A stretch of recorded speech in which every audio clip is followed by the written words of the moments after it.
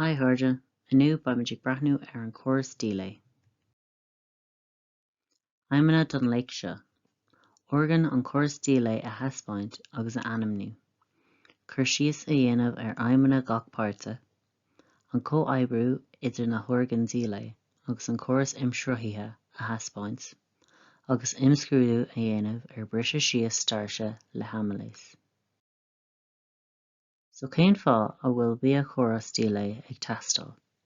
Tá bia ag teastáil ó gach suil sa chorp chun a cuid aimime a chur ag ric. An príomhtar an bia tríd an córas imshruthaithe chuig gach suil. Is í bhform gránaí móra a bhíonn an cuid is mó den bia a ithemuid. Cathair na gránaí móra sin a briseadh ina mionfíosaí agus gur féidir leo glúisteann trí suilscánán agus trí phulladán bheaga. Thugtar córas ar grúpa organ a oibríonn le chéile, agus thugtar díleigh ar bhrisé bia ina mionfíosaí. Tá bia ag teastáil le haghaidh fuinneamh, fás agus deisú. So sa córas díleigh tá an béal, an fearg sialacha, ísofégus, an gula, an máilín dumléis, an é, an dreoilán, an pancreas, an stéig mhór, an stéig bheag, an appendic, an rectum agus an anus. Tá 5 céim chun corpa a chothú. Ionbhal, ionabhal, a thógáil bia isteach sa corp, so nuair bíonn tú ag githe. Díleigh, sin bia ag briseadh síos. Ionsú, sin bia a glúiseann isteach sa córas imshruthaithe chun é a thabhairt go dtí na sile. Asamhlú, bia a úsáid na sile, mar shampla fuinneamh, fás nó dheisú. Íslagéin, ag scaoileadh bia nach an úsáideann an chorp mar físis. Na hOrgan agus a feidhmeanna sa córas díleigh. So an béal leis an fiacla sin chun bia a thabhairt isteach sa chorp, bia a brú le na fiacla agus cuirtear amailéis leis an bia chun é a bhriseadh síos. An ísofégus, bia a iompartar go dtí an gula. An gula, bia a iomptú agus a meascadh, cuirtear agéid leis an bia An stéig bheag, tuilleadh díleadh leis na hensímaí agus ionsuítear an bia isteach sa fuil. An stéig mhór, so ionsiúntar uisce isteach sa fuil, agus ionmhítear an phulladach don éislacán. Na fearóg síolacha, so síola a thala ina bhfuil eintín amailéis chun stairse a bhriseadh síos in na molaní beaga siúcra. So tá na fearóg síolacha iad a bhéal agus thosaíonn siad ag obair nuair atá bia iad a bhéal nó má tá bia in aice leat agus tá tú just ag iarraidh an bia sin a ithe. So an é sin an organ mór, dumlas a chala a chabhraíonn le díoléile sala agus rialaíonn sé méid gach 6 bia san fuil. Máilín an dumlas. So chuireann an máilín dumlas é an dumlas i dteasca go dtí go mbíonn sé ag teastáil don an bia a bhriseadh síos. Agus an pancreas. So tá einsimí a dhéanamh chun bia a bhriseadh síos an sin.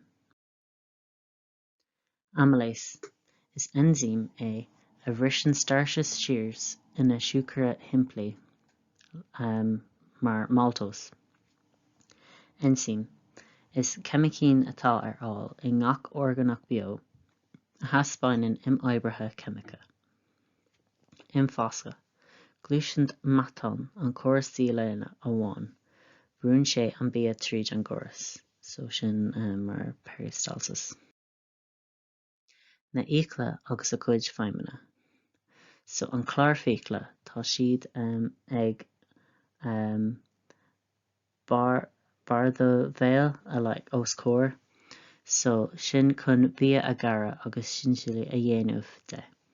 An starfhéachla, so sin na daoine in aice leo agus grin a fháil ar an bia agus é a srocha. So tá feidhmeanna céile ag an fiacla leathchúil agus an cúlfiacla, so sin chun bia a thugans agus a bheilt.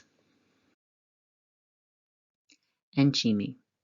So is iad na hentíomí sa chóir stíle a chur an díle chemica bia i gCric. Ní hinsir eintím i oibrithe. Gléitear Catholic ar dá bharr. Thugtar imoibriú biochemica ar gach imoibriú chemica a tharlaíonn i nithe beo. Ceann de na hentíomí sa chóir stíle is é amylase. Bhrisin amylase stairse ina moilíní beaga sucrose, maltose. Déanann eintíom eile maltase glucose as an maltose. Tá moilíní glucose an bheag agus is féidir iad ansú isteach sa foiil agus na selle ar dheara. So conas a comhoibríonn organ an chóir stíle le chéile. So an béal agus an fearg séalacha. So hallann na fearg séalacha ar enzyme amylase agus scoiltear sa tuile trí pibíní beaga go dtí an méal. An té agus an máilín domlás. So talann an té domlás. Téann sé trí ducht domlás go máilín an domlás agus cuirtear é i dtaisce an sin. An pancreas agus an stéig bheag. So talann an pancreas roinnt enzymi a scoiltear tríd ducht pancreas go dtí an stéig bheag nuair atá siad ag teastáil do díle. Máilín an domlás agus an stéig bheag. So chuireann an máilín domlás tríd an ducht domlás go dtí an stéig bheag nuair atá sé ag teastáil chun sáil a dhíth. Idir gníomhaíonn an chóir stíle leis an chóras imshruthaithe. So tá an-cuid filleadán thimpeall an nghuille agus an stéig bheag chun bia a díléite a ansú. An siútar formhór an bia ón stéig bheag agus beagán an nghuille. So ag deir an léig seo, ba chóir go méthe in ann a míonú cén fáth a bhfuil bia ag teastáil uainn. Agus a míonú cén fáth go cathair bia a bhris síos. Léiréid ar chóir stíle a tharraingt agus a lipidú. Aimne na organ díle a meabhrú. Agus a míonú conas a comhoibríonn roinnt na horgan na chéile. Agus anamacha na bhíocla a meabhrú cumá. Chuirde agus feicfidh mé sa chéad bhís an eile.